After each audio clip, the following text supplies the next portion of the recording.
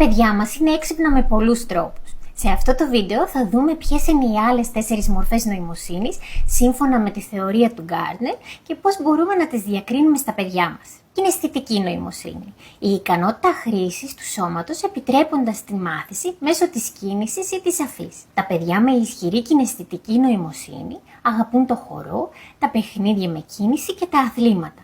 Ενδοπροσωπική νοημοσύνη. Η ικανότητα κατανόησης του εαυτού μας. Τα παιδιά ευχαριστιούνται τις εσωτερικές σκέψεις και την έκφραση συναισθημάτων. Διαπροσωπική νοημοσύνη. Η ικανότητα κατανόησης των άλλων ανθρώπων. Τα παιδιά απολαμβάνουν να παίζουν με φίλους, να συνεργάζονται και να μοιράζονται. Νατουραλιστική νοημοσύνη. Η ικανότητα κατανόησης της φύσης και των ζωντανών οργανισμών. Τα παιδιά χαίρονται με την εξερεύνηση της φύσης, τη φροντίδα των φυτών και των ζώων. Όπως βλέπετε, η νοημοσύνη δεν είναι μία και μοναδική που μπορεί να μετρηθεί με κάποιο τεστ. Ελάτε λοιπόν να αναπτύξουμε και να ενισχύσουμε μαζί και τις 8 νοημοσύνες των παιδιών μας μέσω διασκεδαστικών και εκπαιδευτικών δραστηριοτήτων.